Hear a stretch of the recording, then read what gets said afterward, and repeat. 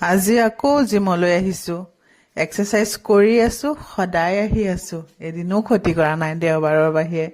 কিন্তু কমাৰচোন নামে নলয় ছাৰে আজি এডাল বাৰি দিছে সেইডালে মোক এক্সাৰসাইজ কৰিব দিছে সাইডৰ এক্সাৰসাইজ সাইডৰ ফেট কমিবলৈ ভাইটি দুটা মানে বহুত আহা যোৱা কৰিছে গাত লাগিলে কিন্তু মোৰ গাত দুখ নাই আজি মই অলপমান হলেও কমাই এৰিবহে লাগিব আৰু এনে কৈছো দেই কাৰো গাত বাৰু নালাগে ভিডিঅ'টো কৰি থাকোঁতে দেখা গৈছে গাত লাগিবৰ নিচিনা মোৰো ভয় লাগি থাকে পিছাইডে কোনোবা আহিব নেকি গাত লাগিব নেকি আৰু আমাৰ নিচিনা আৰু কাপল আহে